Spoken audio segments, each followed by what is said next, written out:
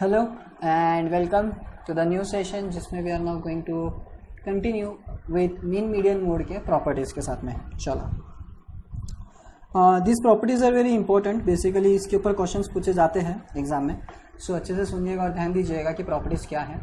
Okay, if mean की पहले property अपन देख लेते हैं.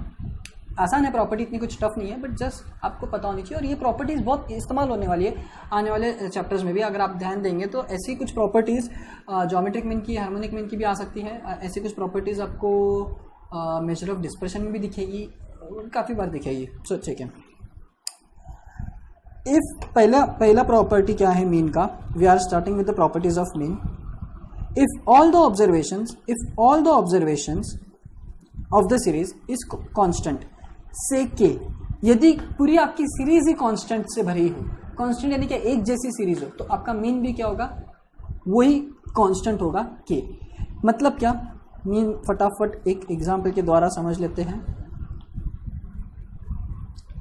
सीरीज आपकी है लेट्स से x और ये है आपका इनकम, सीरियल नंबर है, सॉरी ये सीरियल नंबर है, और ये है आपका x 1 2 3 4 5. 10,000 10,000 10,000 10,000 10,000 10,000 10,000. मीन क्या आएगा, सबका एडिशन डिवाइडेड बाय 5. 10,000 कितने बार ऐड हो रहा है, 5 बार ऐड हो रहा है. डिवाइड बाय कितना, 5 10. अगर यदि आपकी सीरीज कभी कांस्टेंट रहती है तो आपका जो मीन रहेगा वही सीरीज का नंबर रहेगा. मतलब 10,000 है ना. मैं मेरे कॉलेज में गया और मैंने देखा कि जितने भी 10,000 वाले लोग थे सब लिख दिए मैंने. सिर्फ मेरे को मिले ही सिर्फ 10,000 वाले लोग, बाकी कोई घर पे था ही नहीं था. तो 10,000 वाले लोग की मैंने सैलरी लिख ली. तो ऐसे समय पे मीन क्या आएगा, 10,000 ही आएगा. मतलब मैं ये बोल सकता हूँ कि मोस्टली ऑन एन एवरेज मेरे यहाँ पे कॉलोनी में लोग कमाने वाले कितने हैं, 10,000 है. और वही प्रॉपर्टी सबसे पहली थी कि अगर सीरीज पूरी कांस्टेंट से भरी रहेगी, कांस्टेंट यानी एक जैसे नंबर से, तो आपका जो मीन आएगा वही नंबर रहेगा, दैट इज के. अपने एग्जांपल में के की जगह क्या लिया था, के की जगह क्या लिया था, 10 लिया था. ठीक है. Next, if the deviation in the series are taken from mean. If the deviation in the series, deviation यानी क्या होता है, मतलब सब्ट्रैक्शन. जैसे अपन अज्यूम मीन में मैंने तुमको बोला था डेविएशन यानी वो डी होता है. ठीक है. डी अज्यूम मीन में d equal to x minus a किया था. ये क्या था, डेविएशन फ्रॉम ए था, एक्स था. डेविएशन फ्रॉम एक्स, किसका डेविएशन ले रहे थे, एक्स का ए के साथ में. ठीक है. अब यहां पे क्या बोल रहे हो लोग, डेविएशन. अब यहां पे क्या बोल रहे हैं, deviation series taken from mean. Mean से अगर डेविएशन लिया जा रहा है, या मतलब एक्स माइनस एक्स बार, इसी का मतलब क्या हो गया, d equal to x minus x bar. Then the sum of deviation, इसका जो सम करेंगे अपन, ये जो कॉलम का जो समेशन होगा, ये क्या आएगा, हमेशा 0 आएगा. ये बहुत इंपॉर्टेंट बात बताई है उन्होंने, ये बहुत इंपॉर्टेंट बात बताई है. इसका मतलब समेशन, इसका मतलब इन्होंने एक्चुअली यहाँ पे लिखा नहीं है, मैंने मेरे नोट्स में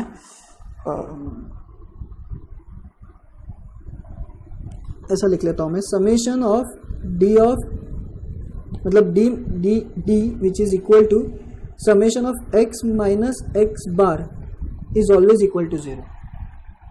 ये always equal to 0, ये उनको बोलना है. Let's take an example. कहाँ पे अपना मीन निकाले हुआ, मीन निकाले हुआ कहाँ है, कहाँ है मीन निकाले हुआ, कहाँ है, यहाँ है. नहीं ये नहीं चाहिए मेरे को, ये रहा, ये रहा मीन. मीन कितना आ गया था, 52.875. यार ये बहुत डेसिमल में आ गया है, छोड़ो. लेट्स से मेरी ये सीरीज थी. ठीक है, सीरियल नंबर, और ये एक्स आ गया मेरा.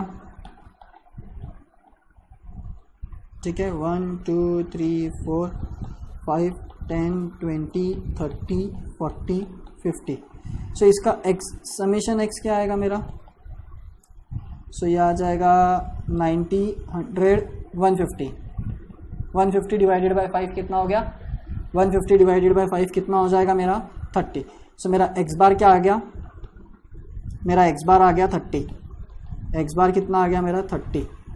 अब मैं क्या बोल रहा हूँ, प्रॉपर्टी क्या थी, अगर आप डेविएशन लेते हो आपके मीन के साथ में, आपका डेविएशन ले रहे हो आप मीन के साथ में, मतलब D is nothing but x minus x bar which is x minus 30, तो यहाँ पे क्या आ जाएगा -20, यहाँ पे आ जाएगा -10, ये आ जाएगा 0, ये देखो ये +10 और ये +20।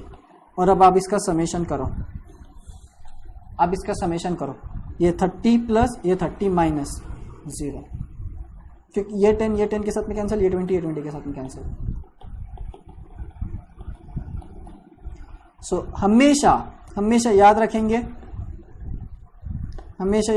Summation x minus x bar is always equal to 0।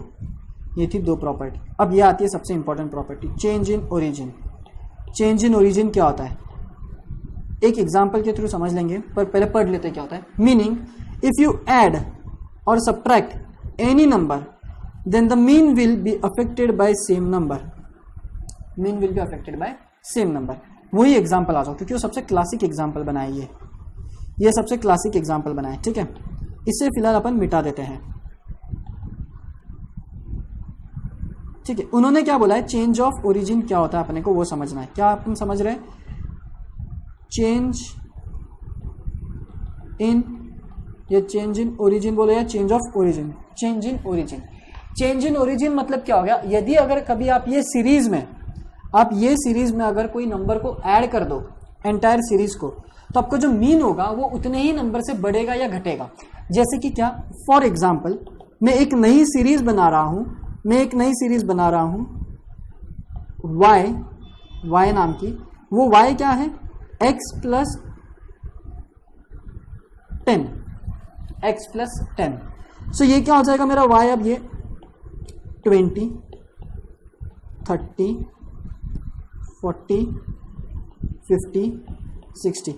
ये जो मेरा y बार आना चाहिए ना, मेरा y बार क्या आना चाहिए पता है, x बार प्लस 10 आना चाहिए, जो कि मेरा आएगा 40। अपन चेक करते हैं मेरा y बार 40 आता है क्या बोल रहे हैं। चेंज इन ओरिजिन मतलब क्या हो गया, अगर यदि कभी मैं x में एक नंबर, कोई भी नंबर, ऐसा नहीं है ये 10 ही, कोई भी नंबर यदि मैं ऐड करूं या सब्ट्रैक्ट करूं, तो मेरा जो मीन है उतने नंबर से ऐड या सब्ट्रैक्ट होके मिलेगा मेरे को नए सीरीज का।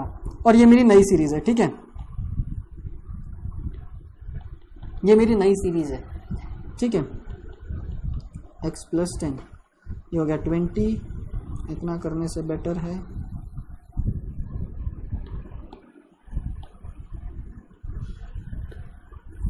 ठीक है। अब मैं इसका मीन निकाल लेता हूं। सबसे पहले तो मैं इसका समेशन निकाल लेता हूं। समेशन y क्या होगा, वेल 50, 100,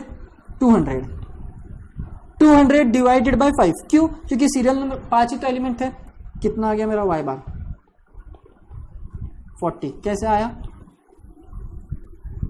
आया 200 डिवाइडेड बाय 5, ये आया 40। और 40 मतलब क्या, x बार कितना है मेरा, x बार प्लस 10, x बार कितना है मेरा 30 प्लस 10 क्या था मेरा, ये जो मैंने ऐड किया। अगर मैं ये 10 को, अगर मेरे को आपको एक इक्वेशन बना के देना है चेंज इन ओरिजिन का मेरे को अगर आपको एक इक्वेशन बना के देना है, तो y बार मेरा न्यू मीन रहेगा, जो क्या y बार मेरा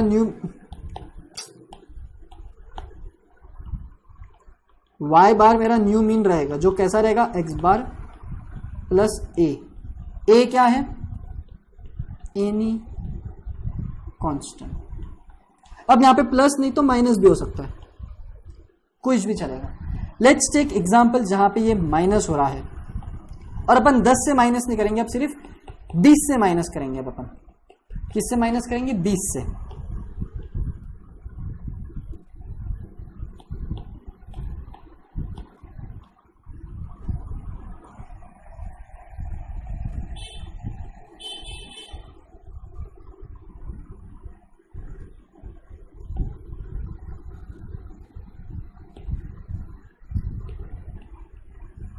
चलो, ये होगी मेरी एक और नई सीरीज। y नहीं लेते इस बार, z ले लेते हैं, कुछ भी फर्क नहीं पड़ेगा, ठीक है। z is such that x minus let's say 4, x minus 4, कोई भी नंबर, ठीक है। तो अपना जो मीन आता है ना, मीन, वो मीन क्या आना चाहिए पता है?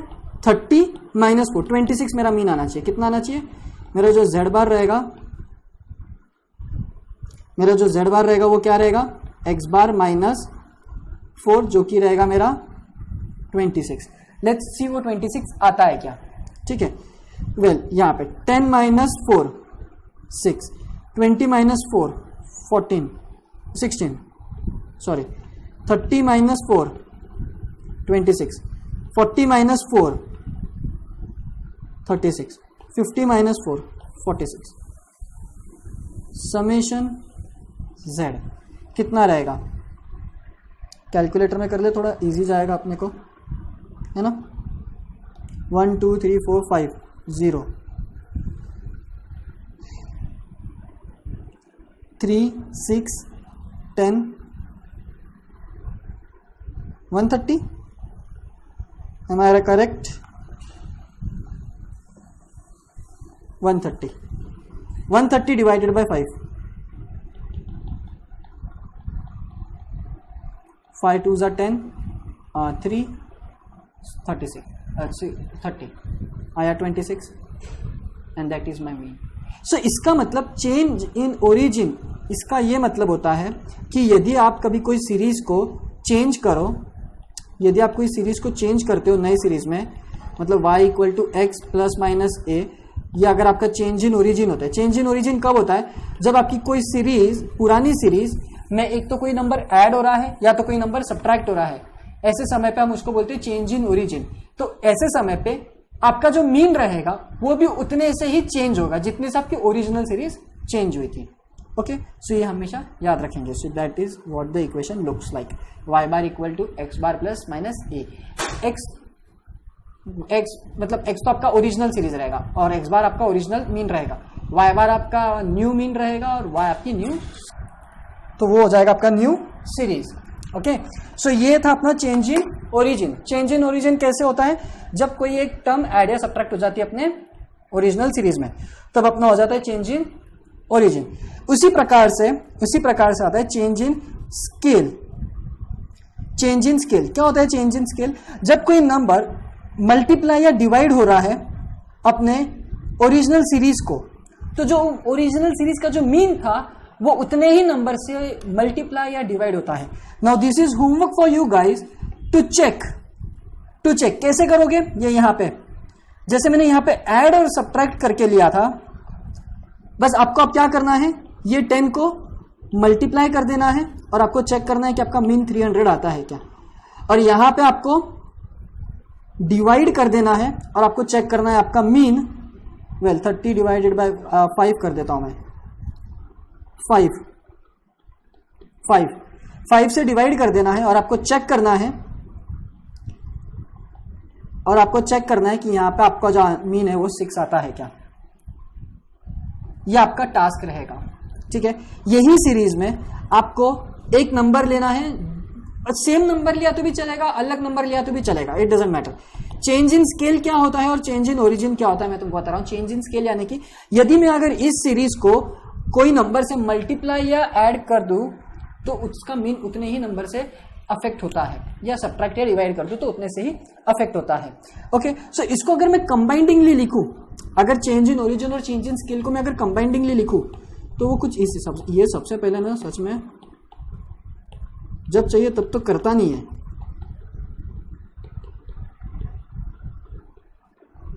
ये हो गया आपका combined change in scale and origin. ये ऐड हो रहा है, मतलब ये हो गया चेंज इन ओरिजिन, और यहां पे ये मल्टीप्लाई हो रहा है, ये हो गया change in scale. Change in scale, जब कभी भी इसको मल्टीप्लाई होगा तो स्केल होगा, और जब ऐड होगा तब चेंज इन ओरिजिन होगा। और ये हो गया आपका general form for combined change in scale and change in origin. Change in scale and change in origin, तो इससे बोला जाता है change in scale and change in origin. आपको अगर एक एग्जाम्पल के द्वारा मेरे को आपको एक समझाना है, तो एग्जाम में बहुत सी बार ऐसा पूछा जाता है कि given that x bar is equal to 5 और आपको एक उन्होंने इक्वेशन दे दिया है y is equal to 3 plus x. ये क्या हो गया? ये हो गया मेरा चेंज इन ओरिजिन। देखो इस प्रकार का कुछ है वो इक्वेशन, यहां पे प्लस था, तो अब यहां पे जब अपना प्लस था, मैं इसको प्लस कर देता हूं। अब तुमको समझ गया टास्क क्या था तुम्हारा, तो है ना। जब ये प्लस था तब देखो y equal to x plus 10, ये दिख रहा है। हाँ, ये उन्होंने गिवन दे रखा है और उन्होंने पूछा है फाइंड y बार का इक्वेशन क्या होता है भाई? वी नो, मैं सॉल्यूशन लिख रहा हूं डायरेक्ट, वी नो दैट, ऐसे एग्जाम में टाइम पास नहीं करना है तुम, अभी के लिए लिख रहा हूं मैं बस, ठीक है ना। We know that y bar is equal to 3 plus x bar, that is equal to, x bar क्या है मेरा 5, तो ये हो जाएगा 5, that will give me 8। So my mean is 8। Similarly एक और एग्जांपल अगर वो दे दें, गिवन दैट, सवाल कैसे भी आएगा, ठीक है, मैं यहां पे आपको बस कोर डेटा दे रहा हूं बस, बाकी कुछ भी नहीं। Given that x bar is 2 and y is equals to 3x, find y bar. Solution क्या होगा इसका? We know that, again exam में ये वी नो दैट कुछ नहीं लिखना है, y bar is equal to 3 times x bar, क्योंकि चेंज इन क्या हो गया, ये स्केल। सो देयरफॉर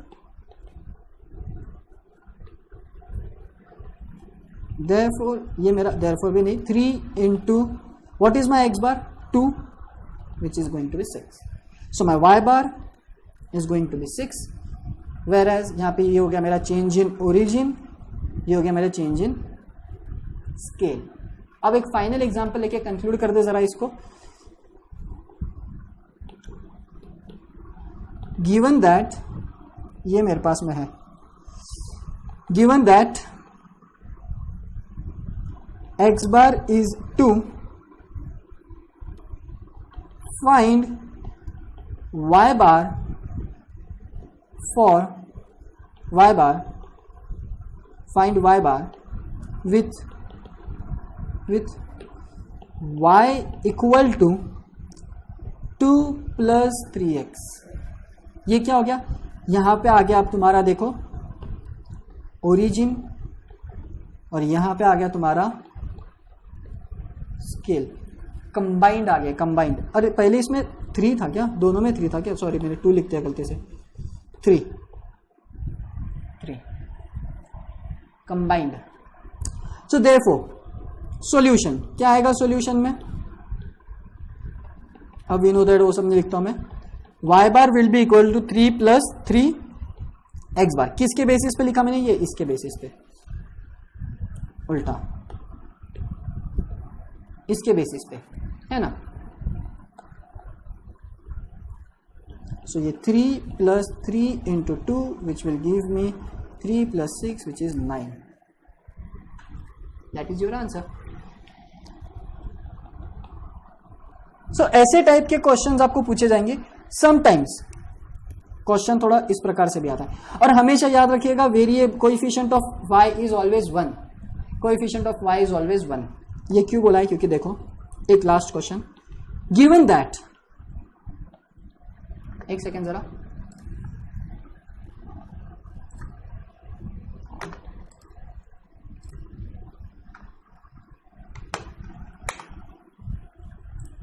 एक मिनट, हाँ चलो।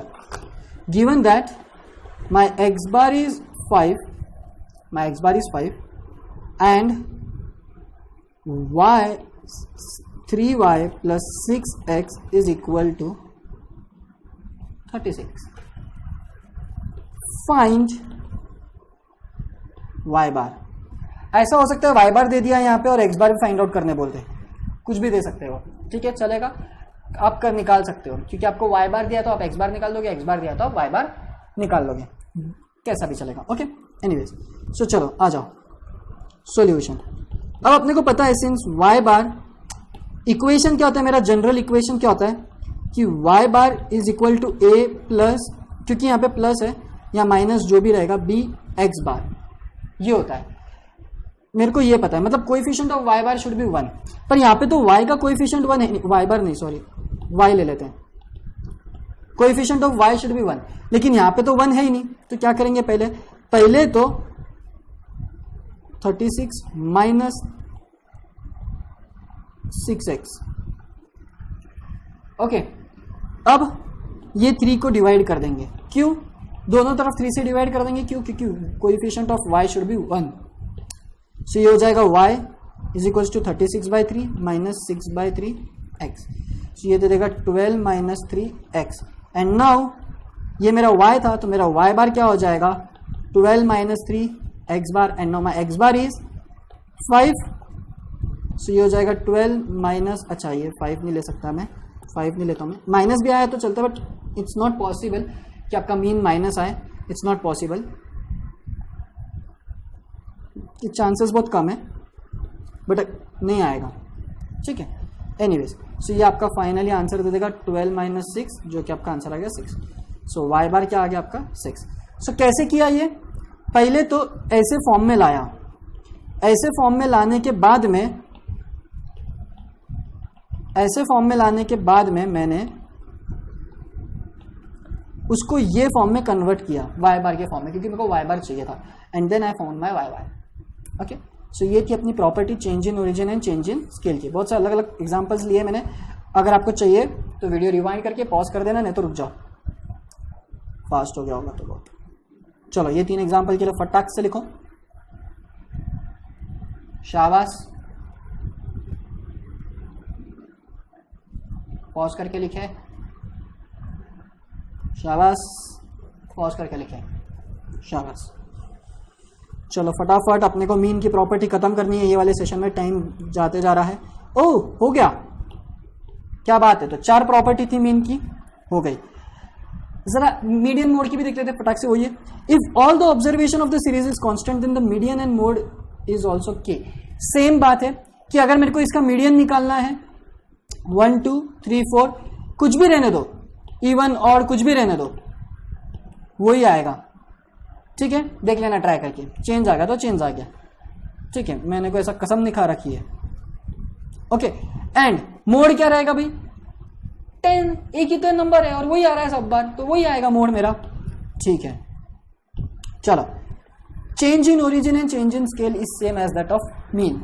मतलब क्या कि अगर आप कभी भी आपके सीरीज को, अगर कभी भी आप आपकी सीरीज को, इसका मैं एक इक्वेशन यही लिखता हूं, ये जनरल इक्वेशन लिखा है अपने, आप ये देखो, ये यहाँ पे है जनरल इक्वेशन, ठीक है। y is equal to x plus minus a, ये भी होता है एक, और y is equal to x multiplication a x, हाँ ये यहाँ पे लिखा है, तो उसी बेसिस पे आप y भी लिख सकते हैं, है ना। y बार है तो y तो आपको पता ही रहेगा बिना बार का, ठीक है। अभी मीडियन के लिए देखो, y d is equals to x d plus minus a, बस कुछ भी नहीं, आपको मीडियन गिवन होगा, उतने से आपका मीडियन अफेक्ट हो जाएगा, and y d is equal to a x d और y d is equals to x d upon a. यहां पे डी की जगह क्या आ जाएगा, ओ भी आ सकता है। ओ किसके लिए होता है, मोड के लिए होता है ना, मोड के लिए होता है। सो ये आप करके देखना खुद से, मैं अगर आपको बता दूं, चलो एक बता दूं मैं, अच्छा ये टाइप के एग्जांपल नहीं लेता हूं मैं, ये टेबल से आप वेरीफाई कर लेना कि अगर चेंज इन स्केल और चेंज इन ओरिजिन होता है, change in scale and change in origin होता है, तो मीडियन और मोड भी अफेक्ट होगा, मीडियन और मोड भी अफेक्ट होगा, और वो मैंने इक्वेशन यहां लिख रखा है। सो आपको अगर अच्छे से लिखना है तो आप हमेशा एक चीज याद रखेंगे, मैं यहाँ लिख रहा हूँ, और वो भी उसको मैं लेट्स से ब्लू से लिख लेता हूँ, a plus minus b x. इसको याद रखो। अब आप इसमें d लगा दो तो मीडियन हो जाएगा हर जगह पे, ठीक है। o लगा दो तो मोड हो जाएगा, और बार लगा दोगे ऊपर तो हो जाएगा मीन, ठीक है। ये हमेशा याद रखेंगे, ठीक है। बस बाकी कुछ भी फर्क नहीं पड़ता, ठीक है। अभी मैं ये एग्जांपल ले लेता हूं, ठीक है। गिवन दैट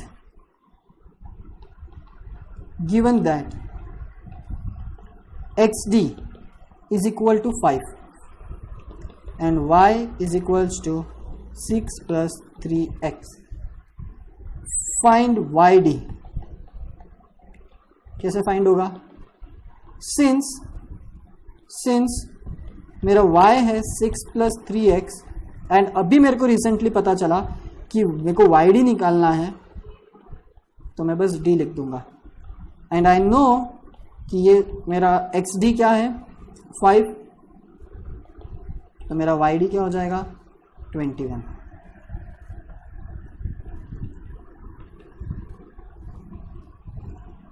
ऐसे ही आप अगर आपको गिवन है xo 3 एंड yo, तो ये आप खुद से अभी ट्राई कर सकते हो। अब आप ये खुद से ट्राई कर लो। यहाँ पे सेम ये इक्वेशन एज इट इज आ जाएगा, बस d के जगह o आ जाएगा, बाकी सब कुछ है ना। सो that is how change in origin and change in scale affects mean, median and mode. और यहाँ पे लास्टली जैसे मीन में अगर मीन का डेविएशन लोगे आप तो 0 मिलता था, उसी प्रकार से अगर absolute are taken from the median the sum of absolute deviation will be minimum. इसका मतलब क्या कि अगर मैं एब्सोल्यूट मतलब क्या होता है मॉड्यूलस वैल्यू, ओके। एब्सोल्यूट मतलब क्या होता है मॉड्यूलस वैल्यू, और इस मॉड्यूलस वैल्यू का अगर मैं डेविएशन ले लूंगा, सम ले लूंगा डेविएशन, इस मॉड्यूलस का क्या लिखा है वो शब्द सम ऑफ एब्सोल्यूट डेविएशन, वो हमेशा मिनिमम आएगा। किसके कंपैरिजन में? मीडियन के कंपैरिजन में। अगर आप मीडियन का एब्सोल्यूट ले लो, absolute are taken from mean, ठीक है, और अगर आप सीरीज का डेविएशन लोगे मीडियन के साथ में, मतलब क्या summation of x minus x D, लेकिन ये ब्रैकेट नहीं रहेगा। अब ये क्या रहेगा? ये ब्रैकेट नहीं रहेगा, अब ये क्या रहेगा? मॉड्यूलस रहेगा। ये क्या रहेगा? Always minimum. ये क्या रहेगा? Always minimum.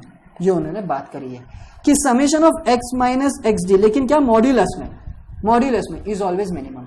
पॉसिबिलिटी है कि मीडियन तुम्हारा बड़ा आएगा, x छोटा रहेगा, तो तुम्हारे जो सम आएगा वो माइनस आ सकता है, तो इसलिए मॉड्यूलस लगा के जो बनता है वो आंसर वो हमेशा छोटा ही रहता है, इसलिए वो हमेशा छोटा ही रहता है। सो ये वो चीज है कि हमेशा उसका एब्सोल्यूट सम जो रहेगा वो हमेशा मिनिमम क्यों रहेगा, क्योंकि आंसर माइनस में आ जाएगा तो वो छोटा हो जाएगा उस बेसिस पे ओरिजिनल से, है ना। So absolute taken from median and absolute taken from the median, the sum of absolute deviation का जो सम है विल बी मिनिमम।